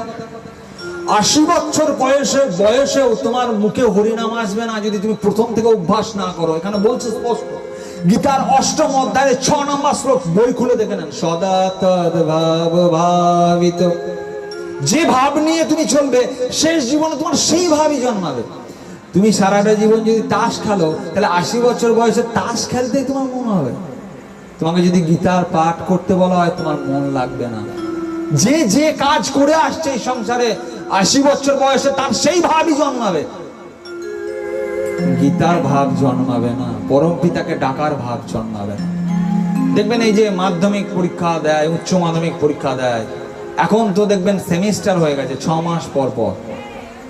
এখন ভালো করে ভেবে দেখুন, কাউকে যদি মাধ্যমিক পরীক্ষা, আমাদের সময় 1 বছর একদম 9, 10 একসঙ্গে পড়ে মাধ্যমিক পরীক্ষা দিতে হতো। এখন আমি যদি সারা বছর না পড়ে শেষ দিনে পড়তে যাই, আমি পাস করতে পারবো? ভালো করে ভেবে দেখুন। উঁচু ঢিপে যদি উঠতে যান, একটা উঁচু ঢিপ আছে, সেটা দিয়ে সাইকেল আপনাকে টপকে পেরোতে হবে, তাহলে স্পিডটা অনেক আগে থেকে আপনাকে দিতে হবে। গোড়ায় এসে যদি একদম সাংঘাতিক স্পিড দেন, তাহলে উঠতে পারবে। বুঝতে পারছেন কি পাচ্ছেন না? আরো উদাহরণ দেবো নাকি? বুঝতে পারছেন তো না পাচ্ছেন না? আমি একদম সহজ করে বলার চেষ্টা করছি। তাই গীতাতে বলছে, তুমি সারা জীবন যে কাজ করে আসবে, লোক ঠকানোর কাজ যদি করে আসো, তোমার 80 বছর বয়সে ঠকানোর ইচ্ছাই জন্মাবে, সদ্ভাব আসবে না। কারণ তুমি তো কোনোদিন হরিকথা শোনোনি, তুমি তো কোনোদিন হরিতলায় আসোনি। এই জন্য আমি সব জায়গায় গিয়ে বলি যে সন্তানদেরকে ভাগবতের আসরে নিয়ে আসবেন, কীর্তন গানের আসরে নিয়ে আসবেন। জমির একদিকে জল ঢুকে আর একদিকে বেরিয়ে গেলেও মঙ্গল, জমিটা ভিজে যাবে। আপনাদের বয়স তো কারো 80 হয়ে গেছে, কারো 60 হয়ে গেছে। তো যারা উঠছে উলকুন্ডা গ্রামের সন্তান, তাদের জন্য সংস্কারের বড্ড দরকার। স্কুল কলেজে এখন সংস্কারের বড্ড অভাব। যেন সন্তানদেরকে গীতা শোনানো দরকার। আজকের সমাজে গীতার খুব দরকার, ভাগবতের খুব দরকার, উপনিষদের খুব দরকার, পুরাণের খুব দরকার, রাম কথার দরকার। রাম কথা না শুনলে মর্যাদা পুরুষোত্তমকে আপনি চিনতে পারবেন না। মর্যাদা কাকে বলে? স্ত্রী হিসেবে রামচন্দ্র প্রত্যেকটা মর্যাদা পালন করেছে। স্বামী হিসেবে কি মর্যাদা হওয়া উচিত, পুত্র হিসাবে কি মর্যাদা হওয়া উচিত, রাজা হিসাবে কি মর্যাদা হওয়া উচিত, পালন করেছে। যদি এগুলো আমরা না পড়ি, তাহলে আমি কি করে বুঝবো রাম রাজত্ব বলতে কি বোঝায়? রাম রাজত্ব বলতে কি বোঝায় কি করে আমি বুঝবো? যদি আমি রামচরিত্র না পড়ি, যদি আমি রামচরিত মানস সম্বন্ধে না জানি। আমাদের সন্তানদেরকে, সেই জন্য মায়েদেরকে আমি অ্যালার্ট করে দিচ্ছি, সাবধান করে দিচ্ছি। এই সংসার কিন্তু অসার। এই সংসারে এসে যদি সংস্কার না দেন তাহলে কিন্তু আপনার সন্তান বিগড়ে যাবে। এই জন্য সংস্কার দিন। গীতা পাঠের আসরে নিয়ে আসবেন, ভাগবত পাঠের আসরে নিয়ে আসবেন। আস্তে আস্তে দেখবেন শক্ত ইটের মধ্যেও যদি জল আস্তে আস্তে টুপ টুপ করে পড়তে থাকে, সেই জায়গাটা গর্ত হয়ে যায়। একটু শুরু, আপনার বাড়িতে দেখবেন উঠানে কাপড় মেলেন, সানে যদি জল পড়ে, ভারতকে দেখবেন যদি ইট থাকে কারোর বাড়িতে, যদি খড়ের চাল থেকে জল পড়ে, দেখবেন পড়তে পড়তে ইটের মধ্যেও গর্ত ভাব এসে যায়। আমাদের সন্তানরা যদি আস্তে আস্তে শোনে, আমরা চাইছি সমাজ পরিবর্তন হোক, সমাজের দৃষ্টিভঙ্গি পরিবর্তন হোক, আমাদের সংস্কৃতি পরিবর্তন হোক। শুধু এটা গান নয়, আমরা এই সংস্কৃতিকে এগিয়ে নিয়ে যাচ্ছি গীতার বাণীর মধ্য দিয়ে। আমরা প্রচার করছি শুধু আজ উলকুন্ডা গ্রামে নয়। আপনারা দেখেছেন এখানে বৈশাখ মাসে প্রত্যেক দিন, বৈশাখ মাসে প্রত্যেক বছর একবার করে আমরা আসি। সারা বছর আমরা বিভিন্ন জায়গায় যাই গান করতে, মানুষকে গীতার বাণী শোনাতে, ভাগবতের বাণী শোনাতে, রামের বাণী শোনাতে। আমরা চাইছি সমাজ পরিবর্তন হোক। বলে যে পচা সমাজে আমরা বাস করছি, আমাদের ভিতরটা নোংরায় ভরে যাচ্ছে। এই জন্য একটু উঠে আসা দরকার। এই জন্য বাবা মাদের একটু সাবধান হওয়া দরকার, সমাজের মানুষদের একটু সাবধান হওয়া দরকার। এই জন্য ছোট থেকে না যদি আমরা শুনি, তাহলে 80 বছর বয়সে আসবে না। 80 বছর বয়সেও গীতার বাণী আপনার সন্তানের মুখে আসবে না। দেখুন, একজন দিদা, আমি আমার কথা বলছি, আমি নাম বলছি না, জায়গার নাম বলছি না, কারণ তিনি যদি শোনেন বা তেনার আত্মীয় স্বজন হয়তো শুনতে পারেন, এই ভিডিও যাবে ইউটিউবে। শুনতে পেলাম এক দিদা খুব অসুস্থ, তো দেখতে গেলাম আমাদেরই আত্মীয়। দেখতে যাওয়ার পর দেখছি বিছানায় শুয়ে আছে। তো বললাম, দিদা একটু হরিনাম করো না, হরে কৃষ্ণ কৃষ্ণ কৃষ্ণ হরে হরে, একটু মুখ দিয়ে বলো না। মরতে যাচ্ছে, কিছুদিন পর মরবে, তখনও বলছে আমার ছেলেটা চাকরি হলো না, জায়গা জমিগুলো ঠিকঠাক ভাগ করে নিল না। ভালো করে ভেবে দেখুন, মরতে যাচ্ছে। তো আমি শ্রী হরিকে ডাকলাম। দেখুন, কোন মানুষকে 3 বারের বেশি বোঝাবেন না, 4 বার নিজেকে বোঝাবেন। সেটা কিরকম জিনিস? সেটা সন্তানই হোক, আর নিজের পত্নী হোক, আর বন্ধুই হোক, আর আত্মীয় হোক, 3 বার বোঝাবেন তুমি খারাপ রাস্তা দিকে যাচ্ছ, তোমার কাজটা ভালো হচ্ছে না, 3 বার বোঝাবেন।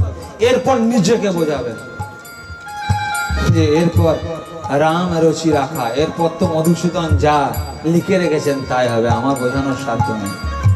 স্বয়ং শিব সীতা দেবীকে বুঝিয়ে পারেননি, স্বয়ং শিব দুর্গা দেবীকে বুঝিয়ে পারেননি, তখন ছেড়ে দিয়েছিলেন রামের হাতে। রাম রচি রাখা। দেখুন, মরার সময় 4 প্রকার কষ্ট কিন্তু আমাদেরকে সব ভোগ করতে হবে। 10:30 বাজতে চললো। আমি আমাদেরকে মানে আপনাদেরকে আর বেশি কষ্ট দেবো না। আপনারা অনেকে হয়তো বিরক্ত হয়ে যাচ্ছেন যে তোমাদের তো কাজকর্ম ছিল না, এসে সন্ধ্যে 8টা থেকে শুরু করলে, আর আমাদের সারাদিন কি অবস্থা চলেছে তুমি তো জানো না, তুমি তো ছিলে না। তুমি তো এলে 8টার সময় দিয়ে বেশ নাচ গান লাগিয়ে দিলে, আর আমাদের অবস্থাটা যে কি হচ্ছে, এই ঘরের লোকেদের অবস্থাটা যে কি হচ্ছে। আচ্ছা, আমি ক্ষমা চেয়ে নিচ্ছি, আর বেশিক্ষণ আপনাদেরকে বিরক্ত করবো না। আসলে হরি কথাটাই এমন, এ শেষ হওয়ার নয়। আর আপনাকে বললাম বিমলা কথা, যত শুনবেন মনে হয় শুনেই যায়। রসগোল্লা যদি আপনি খেতে বসেন, তাহলে 10-12টা খাওয়ার পর এটা কিন্তু আপনার ক্ষুধা যখন মিটে যাবে, তারপর কিন্তু বিরক্ত ভাব উৎপন্ন হবে। কিন্তু হরি কথা, কৃষ্ণ কথা, এ কখনোই আপনার মনে বিরক্ত ভাব উৎপন্ন করবে না, অনুরক্ত ভাব উৎপন্ন করবে আপনার মধ্যে, বিরক্ত ভাব উৎপন্ন করবে না। তাই আমরা বেশিক্ষণ আপনাদেরকে আর বিরক্ত করব না। দেখুন, মরার সময় 4 প্রকার কষ্ট আমাদের সামনে আসে। 4 প্রকার কষ্ট শুনে রাখুন, তাহলে একটু ভালো হয়। প্রত্যেকে, হরে কৃষ্ণ, প্রত্যেকে আমরা যখন মারা যাব তার আগে এই 4 প্রকার কষ্ট কিন্তু আমাদের সামনে আসবে। কি কি কষ্ট? প্রথম যে কষ্টটা আপনাদেরকে ভোগ করতে হবে, আমাদেরকে ভোগ করতে হবে, পাপ স্মরণাত্মক দুঃখ। ভালো করে ভেবে দেখবেন, আপনি শেষ দিনে যা যা পাপ কাজ করছেন সব কিন্তু একের পর এক রিল হয়ে আপনার চোখের সামনে ভাসবে। যা যা পাপ কাজ করেছেন, যাকে যাকে ঠকিয়েছেন, যাকে যাকে অসম্মান করেছেন, যাকে যাকে খারাপ কথা বলেছেন, দেখবেন আপনি হয়তো কাউকে দেখতে গেছেন, চোখ দিয়ে অঝর ঝরে জল পড়ছে, আপনি হয়তো ভাববেন যে আপনাকে দেখে কাঁদছে, কিন্তু আপনাকে দেখে কাঁদছেন। সেই পাপ কাজকে স্মরণ করে তার চোখ দিয়ে জল বেরিয়ে আসছে। পাপ ও স্মরণাত্মক দুঃখ ভোগ করতে হবে সবাইকে। দ্বিতীয়, ভবিষ্যতাত্মক দুঃখ। ভবিষ্যতে কি হবে এই দুঃখ আপনাকে সাতাবে। এই জীবনে আমার কি হবে, আমার এই সংসারের কি হবে, এই কষ্ট আপনাকে কষ্ট দেবে, এই দুঃখ আপনাকে কষ্ট দেবে। তৃতীয়ত, শরীর বেদনাত্মক দুঃখ। যেদিন এই শরীর রূপ বাসা থেকে আত্মা চলে যাবে, সেদিন এত সহজে কিন্তু বাসা ছাড়তে চাইবে না। ভালো করে ভেবে দেখুন, এই বাড়ি থেকে যদি আপনাকে বের করে দেওয়া হয়, এত সহজে কিন্তু আপনি এই বাড়ি ছাড়বেন না যতক্ষণ প্রাণ আছে। ঠিক আমাদের শরীর রূপ বাসা ছেড়ে যেদিন আত্মা বেরিয়ে যাবে, 1000টা বিছেই দংশন করলে যে কষ্ট হয়, সেদিন কিন্তু এই প্রাণ পাখি চলে যাওয়ার সময় সেই কষ্ট হবে। 5 প্রকার বায়ু আমাদের এই শরীর থেকে বেরিয়ে যায়, প্রাণ, অপান, ব্যান, উদান আর সমান। এক একটা বায়ু এক এক জায়গা থেকে বেরিয়ে যাবে আমাদের শরীর থেকে। সেদিন কিন্তু এই কষ্ট আপনাকে সহ্য করতে হবে, আমাকে সহ্য করতে হবে। চতুর্থত, মোহাত্মক দুঃখ। মোহ, এই সংসারের প্রতি যে মোহ, শেষ দিনে আপনার সব মনে পড়বে। তাহলে এই 4 প্রকার কষ্ট আপনাকে কিন্তু কুড়ে কুড়ে খাবে। কি কি কষ্ট বললাম? পাপ ও স্মরণাত্মক দুঃখ, দ্বিতীয়ত ভবিষ্যতাত্মক দুঃখ, শরীর বেদনাত্মক দুঃখ আর মহাত্মক দুঃখ। এই 4 প্রকার কষ্ট আমাদেরকে সহ্য করতে হবে। তাই যদি এই কষ্টের হাত থেকে আমরা বাঁচতে চাই, যদি আমরা সেই কষ্টের হাত থেকে লাঘব করতে চাই, তাহলে বলা হচ্ছে আপনি যে কাজ করছেন করতে থাকুন, হরিকে স্মরণ করতে থাকুন। আপনি যা কাজ করছেন এই সংসারে এসে করতে থাকুন, হরিকে ভজন করতে থাকুন। গীতা তো বলছে, ইয়ৎ করোষি ইয়দশ্নাসি ইয়জ্জুহোষি দদাসু যৎ ইয়ৎ তপস্যসি কৌন্তেয় তৎকুরুষ্ব মদার্পণম। গীতা 9ম অধ্যায়ের 27 নম্বর শ্লোকে বলেছে, এই সংসারে এসে আপনাকে আগেই শোনালাম, আলাদা করে সময় আপনি পাবেন না হরিনাম করার। এই সংসারের কাজ সামলেই আপনাকে হরিনাম করতে হবে, চাষের কাজ সামলেই আপনাকে হরিনাম করতে হবে। এই সঞ্জয় দা আলাদা করে হরিনাম করার সময় পাবে না। সঞ্জয় দার কাজটা তাও তো ভালো, ভালো করে ভেবে দেখুন, ওখান থেকে বসে বসে 3 ঘন্টা হরিনাম শোনা হয়ে যাচ্ছে। যে যে অনুষ্ঠানে যায় অন্তত পুণ্য বাড়াতে পারে। আলাদা করে কিন্তু আপনাকে সময় দেবে না। এই সংসারের কাজের ফাঁকেই আপনি উঠোন নেকাচ্ছেন, উঠোন নেকাতে নেকাতেই হরিকে স্মরণ করুন। আপনি কাপড় কাচ্ছেন, কাপড় কাচতে কাচতে হরে কৃষ্ণ হরে কৃষ্ণ হরে কৃষ্ণ। আপনি রান্না করছেন, আর রান্না করতে করতেই হরিকে স্মরণ করুন। মোবাইলে ওই আলাদা গান বাজাবেন না, দয়া করে মায়েরা। যে রান্নার সঙ্গে হরিনাম মিশে যায়, সেই রান্নার স্বাদও পাল্টে যায়। সেই জন্য দেখবেন কোনো জায়গায় 7 দিন ধরে যখন হরিনাম হয়, যখন মহাপ্রসাদ খাওয়ানো হয়, দেখবেন ওই একই চাল ডাল লবণ তেল, কিন্তু তার স্বাদ হয় আলাদা। সেখানে একটা আলাদা মশলা মেশে। কিসের মশলা? হরিনামের মশলা তার সঙ্গে মেশে। আপনার সংসারটাকেও হরিনামের আলয় তৈরি করুন।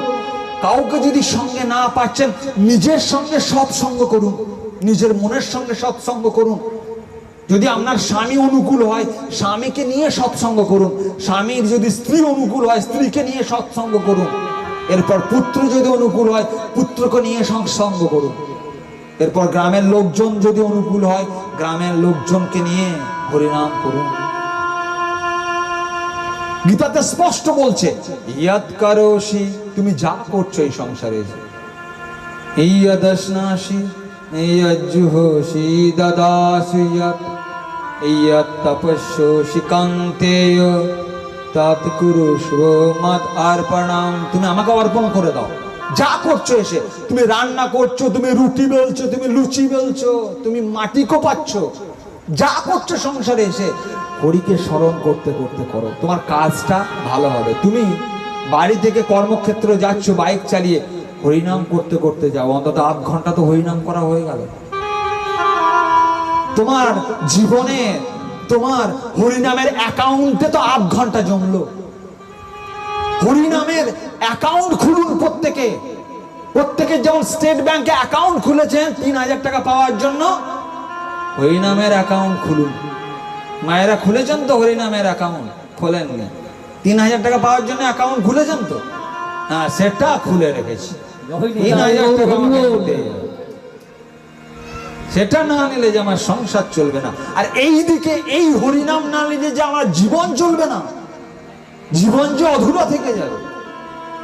রাত দিন ছুটে বেড়াচ্ছে অ্যাকাউন্ট খোলার জন্য, হরিনামের অ্যাকাউন্ট তো কেউ খুললাম না আমরা। আধ ঘন্টা তো কই হরিনাম করে আমার অ্যাকাউন্টে জমালাম না। এই জন্য তব চরণে শরণাগত, মোরা তব চরণে শরণাগত, আশ্রয় দাও আশ্রিত জনে, হে গোবিন্দ সবাই স্মরণ করুন। রাখো চরণে, সবাই যেন আমরা তার চরণে আশ্রয় পাই। হে গোবিন্দ রাখো চরণে, সবাই মনে মনে কামনা করুন, হে গোবিন্দ তুমি তোমার চরণে আশ্রয়। তব চরণে শরণাগত, তব চরণে শরণাগত, আশ্রয় দাও আশ্রিত জনে, হে গোবিন্দ মায়েরা শঙ্খটা একটু বাজান, চরণে, মায়েরা মুখ আছে একটু উলুধ্বনি দেন।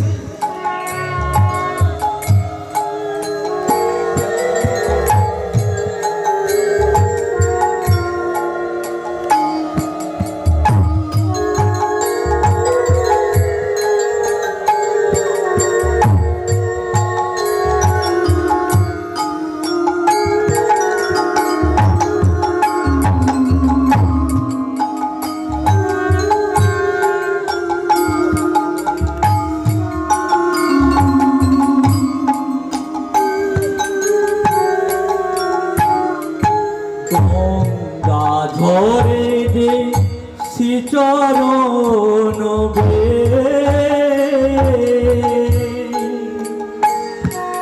কেন দুঃখ পাই সে চরণ কে,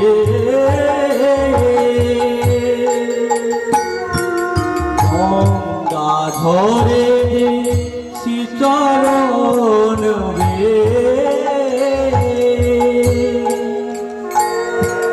কেন দুঃখ পাই সে চরণ যে,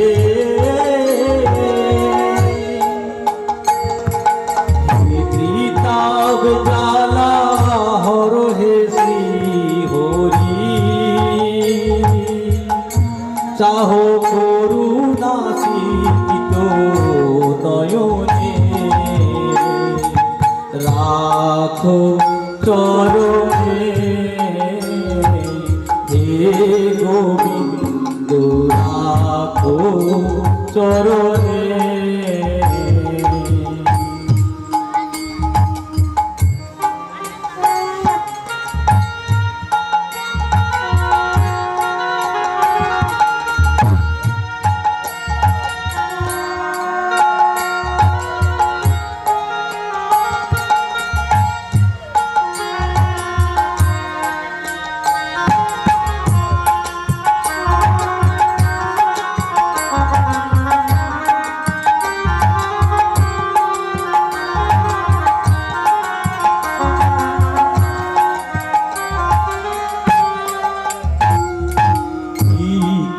চাহিলে মানুষ নাহি ফিরায় তোমার দুয়ারে হাত পাতিল সে ফিরাবে কি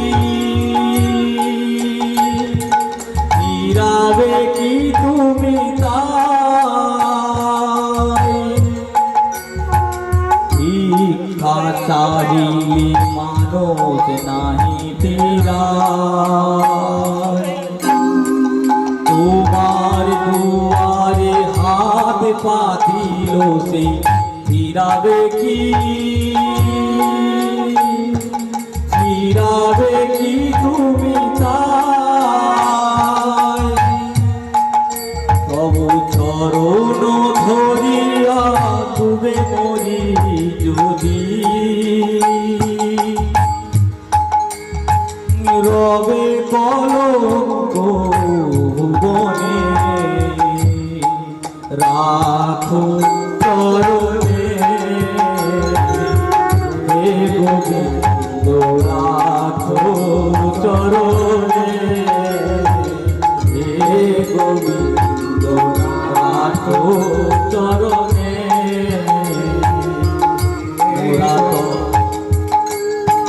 তবু চরণে শরণাগত তবু চরণে শরণাগত আশ্রয় দাও আশ্রিত জনে হে গোবিন্দ রাখো চরণে হে গোবিন্দ রাখো চরণে হে গোবিন্দ রাখো চরণে হরে কৃষ্ণ হরে কৃষ্ণ। আমরা একদম শেষ পর্যায়ে এসে পৌঁছে গেছি। দেখুন, সত্য, তেতা, দাপর আর কলি, আমরা চারটে যুগের একদম শেষ পর্যায়ে আমরা এসে দাঁড়িয়ে আছি।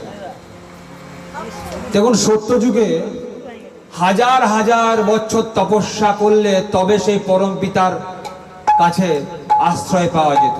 আমরা দেখব মনু এবং শতরূপার কাহিনী ভাগবতে আছে। 23,000 বছর তপস্যা করে তবে পরম পিতার আশ্রয় পেয়েছিল। ত্রেতা যুগে যজ্ঞের দ্বারা পরম পিতার আশ্রয় পাওয়া যেত। আমরা দেখব যে রামচন্দ্রেও জন্ম হয়েছিল পুত্রেষ্টি যজ্ঞ করার পর রামচন্দ্রের জন্ম হয়। যজ্ঞের পর পরম পিতা আশ্রয় নিয়েছিল তাদের গৃহে। আর দাপর যুগে পূজনের মাধ্যমে। কিন্তু আমরা যে এই কলি যুগে বাস করছি, অনেক ভাগ্য যে আমরা এই কলি যুগে উদ্ধার হওয়ার উপায় আমাদের হাতে আছে। কলিযুগে উদ্ধার হওয়ার উপায় আমাদের আছে। সেই উদ্ধার আমরা কলিযুগে এসেও হতে পারি এবং অত্যন্ত সহজে। কলিযুগ কেবলি হরি গুণ গাওয়া, गावत नर पाहि भव थाहा, भव सागर चाहे पर जो पावा, राम कथा ता कहीं दृढ़ नावा। বিশাল সমুদ্র পেরোতে গেলে যেমন জাহাজের দরকার হয়, স্টিমারের দরকার হয়, নদী পেরোতে গেলে যেমন ভেলার দরকার হয়, এই জগৎ সংসার রূপ সমুদ্র পেরোতে গেলেও আমাদের হরি কথা রূপ নৌকার একবার যদি আমরা আশ্রয় নিতে পারি, তাহলে আমাদের আর কিছু যোগ্য তপস্যা কোনো কিছু দরকার না হলেও আমরা সেই পরম পিতার আশ্রয়ে আমরা যেতে পারি। তিনি সংসার সমুদ্র থেকে উদ্ধার করে নিয়ে যান। তাই ভাগবতের সিদ্ধান্ত বলছে, নাম সংকীর্তনং যস্য সর্ব পাপ প্রণাশনা প্রণাম দুঃখ সমন্তং নমামি হরি পরম। ভাগবতের সিদ্ধান্ত শোনাচ্ছে আপনাদের একদম। ভাগবতের দ্বাদশ স্কন্ধের 13 নম্বর অধ্যায়ে 23 নম্বর শ্লোকে বলছে, ভাগবত পুরাণের 23 নম্বর শ্লোকে বলছে, নাম সংকীর্তনং যস্য সর্ব পাপ প্রণাশনম প্রণাম দুঃখ সমন্তং নমামি হরি পরম। এই জগৎরূপ সংসার থেকে যদি আপনি পেরোতে চান, তাহলে হরি নামের ভেলায় আপনাকে আশ্রয় করতে হবে। এই জগৎ সংসার রূপ সমুদ্র, এই জগৎ সংসারটাকে সমুদ্রের সঙ্গে তুলনা করা হয়েছে। কেন? ভালো করে দেখুন, সমুদ্রে আমরা যদি যাই, সমুদ্রের জল হচ্ছে লবণাক্ত। সমুদ্রে বাস করলেও, সমুদ্রে থাকলেও আপনি সেই জল কিন্তু পান করতে পারবেন না। এই জগৎ সংসারে এসে ভাবছেন এটা করলে আমি সুখ পাবো, কিন্তু সুখ আপনি পাবেন না। ঠিক এই সংসারটাও সমুদ্রের মতোই লবণাক্ত। আবার সেই সমুদ্র ছেড়ে আপনি যেমন পালাতে পারবেন না, কারণ সমুদ্রে ভয়ঙ্কর ভয়ঙ্কর জন্তু বাস করছে, তারা আপনাকে খেয়ে ফেলবে। আপনি ডুব দিয়ে পালাবেন, তাও পালাতে পারবেন না। এই জগৎ সংসারে এসে আপনারও অবস্থা একই রকম, আমারও অবস্থা একই রকম। এখান থেকে আমি পালাতে পারবো না, কারণ কাম ক্রোধ লোভ মোহ মদ মাৎসর্য রূপ রাক্ষস বাস করছে এই সংসারে। সুতরাং এই সংসারটা সমুদ্রের মতো বলা হয়েছে, বলা হয়নি নদীর মতো, বলা হয়েছে সমুদ্রের মতো। কারণ সমুদ্রের সঙ্গে এই সংসারের মিল পাওয়া যায়। তাই ভাগবতে এসে বলল, তুমি যা করছো সংসারে করো, কিন্তু তুমি হরিনাম করতে ছেড়ো না। এই সংসারে এসে তুমি যা করছো হরিকে জপতে ছেড়ো না। এই তোমার জীবনের অ্যাকাউন্টের মূলধন হিসেবে জমা হবে, শেষ দিনে তোমার কাজে লাগবে। ওই ব্যাংকের টাকা কাজে লাগবে না, কারণ দেখবেন মরে যায় তখন ছেটাতে নিয়ে যায়, শেষ দিনে কাজে লাগবে না। রাম জপতে রহো काम करते रहो, राम जपते रहो काम करते रहो, कृष्ण भजते रहो राम भजते रहो, राम भजते रहो काम करते रहो, कृष्ण भजते रहो, कृष्ण भजते रहो।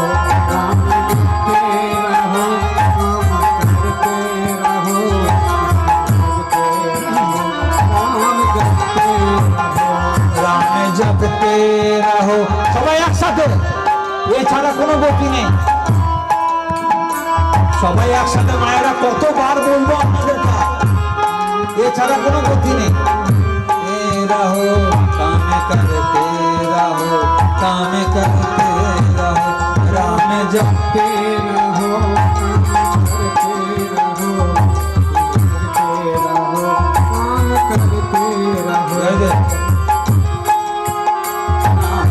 भजते रहो काम करते रहो, कृष्ण भजते रहो खाना बनाते रहो, राम जपते रहो काम करते रहो, कृष्ण भजते रहो खाना बनाते रहो। राम जपते रहो काम करते रहो, রান্না করছেন হরে রাম হরে কৃষ্ণ, খানা বানাতে রহো, রাম জপতে সবাই একসাথে মায়েরা रहो, कृष्ण भजते रहो खाना बनाते रहो। আপনি রান্না করছেন, হরিনাম করতে করতে রান্না করুন। আপনি মাঠে যাচ্ছেন কোদাল নিয়ে মাটি কোপানোর জন্য, হরিনাম করতে করতে চলুন। আপনি কর্মক্ষেত্রে যাচ্ছেন, হরিনাম করতে করতে যান। রামে জপতে রহো, কামে করতে রহো, কৃষ্ণ ভজতে রহো, খানা বানাতে রহো। राम जपते रहो, काम करते रहो, कृष्ण भजते रहो, खाना बनाते रहो। राम जपते रहो, काम करते रहो, कृष्ण भजते रहो, खाना बनाते रहो। हरि जपते रहो, पानी पिलाते रहो, राम जपते रहो, आंगन सजाते रहो। राम जपते रहो, काम करते रहो, कृष्ण भजते रहो, खाना बनाते रहो। राम जपते रहो, काम करते रहो, कृष्ण भजते रहो, खाना बनाते रहो। राम जपते रहो, काम करते रहो, कृष्ण भजते रहो, खाना खाते रहो। हरि जपते रहो, काम करते रहो, कृष्ण भजते रहो, खाना खाते रहो। राम जपते रहो, काम करते रहो, कृष्ण भजते रहो, खाना खाते रहो। আপনি আলাদা করে এই সংসারে এসে সময় পাবেন না। আজকে এতক্ষণ ধরে যে আপনাদেরকে গীতা পাঠ শোনাচ্ছি, জীবনের চরম সত্য আপনাদের সামনে তুলে ধরলাম আমরা, যে মৃত্যু আমাদের জীবনের চরম সত্য। আর এও সত্য, আপনি আলাদা করে হরিনাম করার সময় আপনাকে ঈশ্বর দেবে না। জন কানে ধরে টেনে নিয়ে যাবে যেদিন আপনার সময় শেষ হয়ে যাবে। তাই আলাদা করে আপনি আর সময় পাবেন না। তাই এই সময়ের মধ্যেই আপনাকে হরিকে বসতে হবে, রান্না করতে করতেই আপনাকে হরিকে বসতে হবে। जपते रहो, काम करते रहो, कृष्ण भजते সবাই একসাথে এক মনে একভাবে रहो। राम जपते रहो, काम करते रहो, कृष्ण भजते रहो, खाना बनाते रहो। राम जपते रहो, काम करते रहो, कृष्ण भजते रहो, खाना बनाते रहो। তাই আপনার এই সংসারে আপনি কতক্ষণ আছে আমরা কেউ জানি না। অস্থায়ী সংসার, অস্থায়ী জীবন। এখনই শুনছিলাম ছেলেটা আছে, এখনই শুনছিলাম অ্যাক্সিডেন্টে মারা গেল। এখনই আছে, হঠাৎ শুনতে পেলাম কোনো আত্মীয় মারা গেছে আজকেই। কার মৃত্যু সংবাদ কখন যা আসবে আমরা কেউ জানি না। আজকে যার ফটো আপনারা দেখছেন এই চেয়ারের উপর রাখা আছে, একদিন দেখবেন আমার ফটোটাও ওখানে রাখা আছে। আর কেউ এসে এটা উপরে হরিনাম करते रहो, काम करते रहो, कृष्ण भजते रहो, खाना बनाते रहो। काम करते रहो, काम करते रहो, कृष्ण भजते रहो, खाना बनाते रहो। কার মূর্তিতে, কার ফটোতে কখন যে মালা পড়ে যাবে কেউ আমরা জানি না। তাই ভেবেচিন্তে কাজ করুন। সংসারে এসছেন, চলে আমাদেরকে সবাইকে যেতে হবে, কিন্তু হরিনাম ছাড়া আমরা বাঁচার উদ্ধার নেই। হরিনাম ছাড়া উদ্ধার হওয়ার রাস্তা নেই। রাম জপতে রহো, কাম করতে রহো, खाना बनाते रहो। राम जपते रहो, काम करते रहो, कृष्ण भजते रहो, खाना बनाते সবাই रहो। একসাথে একদম। भजते रहो, काम करते रहो, कृष्ण जपते रहो, खाना बनाते रहो।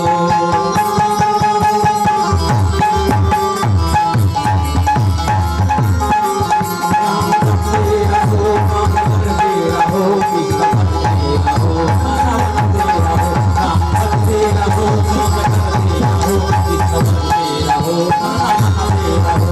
राम जपते रहो, काम करते रहो, कृष्ण भजते रहो, खाना बनाते रहो। राम जपते रहो, काम करते रहो, कृष्ण भजते रहो, खाना बनाते रहो। असतो मा सद्गमय, गमाय तमसो मा ज्योतिर्गमय, गमाय मृत्युर्मा अमृतांगमय। आविर् आविर्मोधि सर्व सर्वेषां मङ्गलं भूयात् सर्वे सन्तु निरामया सर्वे भद्राणि पश्यन्तु मा कश्चित् दुःखभाग् भवेत्। বৃহদারণ্য উপনিষদ থেকে শোনানো হলো এই মন্ত্র। কি বলা হচ্ছে এই মন্ত্রে? असतो मा सद्गमय। 84 লক্ষ জনের মধ্যে 80 লক্ষ জনের পর মনুষ্য জীবন পায়। এই মনুষ্য জীবন কতটা গুরুত্বপূর্ণ একবার ভেবে দেখুন। 84 লক্ষ জনের পর 84 লক্ষ জনের মধ্যে 80 লক্ষ জনের পর আমরা মনুষ্য জীবন পাই। তাই আমরা যেন অসৎ কর্ম থেকে সৎ কর্মের দিকে যেতে পারি। असतो मा सद्गमय तमसो मा ज्योतिर्गमय। আমরা যেন অন্ধকার থেকে আলোর দিকে যেতে পারি। এই জগৎ সংসারের সবাই আমরা অন্ধকারের দিকে পা বাড়াতে খুব ভালোবাসেছি। একটা মৌমাছি, একটা পতঙ্গ অন্ধকার থেকে আলোর দিকে ছুটে যায়, আর আমরা মানুষেরা আলো থেকে যত অন্ধকারের দিকে যাওয়া যায় আমাদের রাস্তা সেরকম ভাবে বেছে নিচ্ছি আমরা। তাই আমরা যেন অন্ধকার থেকে আলোর দিকে যেতে পারি। আমাদের মধ্যে যেন এই জ্ঞান বর্ধিত হয়, ঈশ্বর যেন আমাদের উপর কৃপা করেন। সর্বেষাং মঙ্গলাং ভূয়াৎ, সবার মঙ্গল হোক। সনাতন ধর্ম এই জন্যই সব ধর্মের ঊর্ধ্বে। সনাতন ধর্ম কখনো বলে না যে শুধু আমার মঙ্গল হোক। আপনি সনাতন ধর্মের না হলেও তার জন্যও মঙ্গল কামনা করে, সেই জন্যই বলছে, তার প্রমাণ হচ্ছে এখানে। সর্বেষাং মঙ্গলাং ভূয়াৎ सर्वे सन्तु निरामय। সবসময় সর্বে কথাটা লাগানো আছে। সর্ব মানে হচ্ছে সমস্ত, তাই এই কথাটা লাগানো আছে। सर्वे सन्तु निरामय, সবাই সুস্থ থাক, সবাই ভালো থাক। सर्वे भद्राणि पश्यन्तु, আমরা যেন এই চোখ দিয়ে সবাই সবার ভালো দেখি, কারোর ক্ষতি কামনা যেন না করি। কারণ আমি যদি কারোর ক্ষতি কামনা করি তাহলে ঈশ্বর আমার ক্ষতি করবেন। তাই আমরা যেন কারোর ক্ষতি কামনা না করি। সর্বেষাং মঙ্গলাং ভূয়াৎ, সবার মঙ্গল হোক। সর্বে সন্তু নিরাময়, সবাই আমরা যেন সুস্থ থাকি।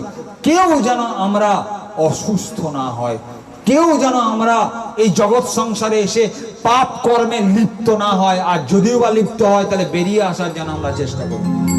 তাই চলুন একটা হরিনাম হবে, সেই সঙ্গে গীতা গ্রন্থটা এসে একবার এখানে মাথায় সবাই ঠেকিয়ে নেবেন। আজকে আমরা এখানে আস্তে আস্তে বিরাম দেবো। গীতা পাঠের শেষ হয় না, গীতা পাঠ বিরাম হয়, কারণ এটা তো মাত্র 3 ঘন্টার জন্য অনুষ্ঠান হচ্ছে। 5 দিন ধরে 7 দিন ধরে অনুষ্ঠান চলতে থাকে। এই আজকে আমরা গীতা পাঠের বিরাম দেবো। সবাই ভালো থাকবেন, সবাই সুস্থ থাকবেন। এদিকে হরিনাম হোক, আর আপনারা এসে একবার গীতা গ্রন্থটা মাথার মধ্যে ঠেকিয়ে নেবেন। হে নাথ নারায়ণ হরি,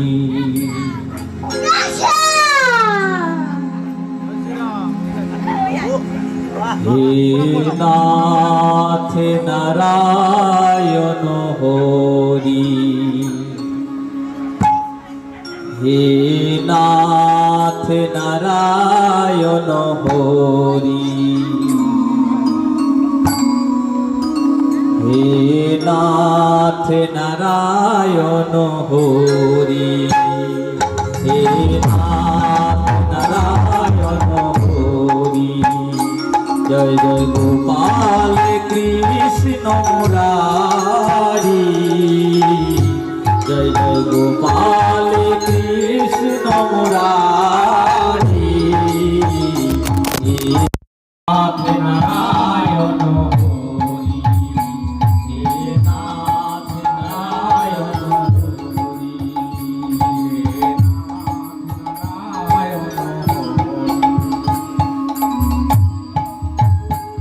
হে নাথ নারায়ণ হরি, হে নাথ নারায়ণ হরি।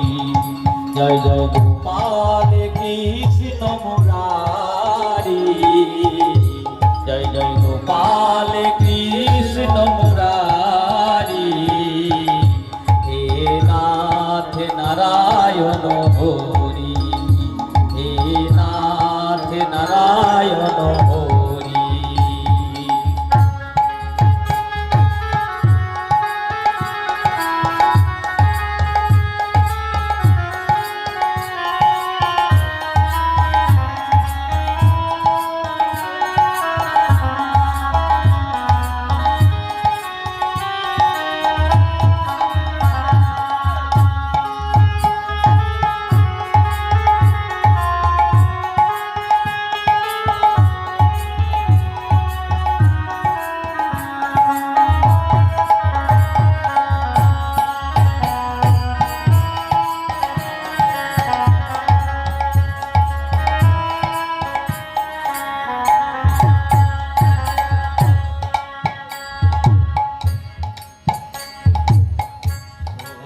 তো সনাতনে প্রভু নিত্য নিরঞ্জন বিভু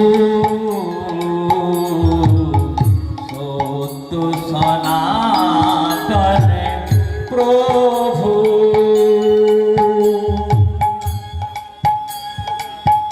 নিত্য নিরঞ্জন বিভু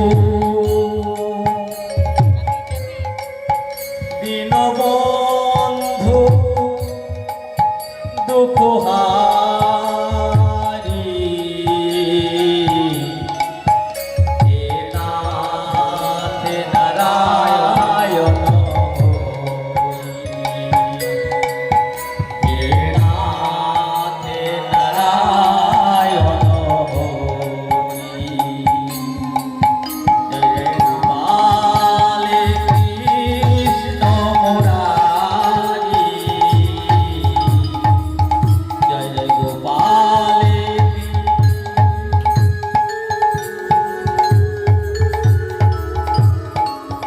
হে নাথ নারায়ণ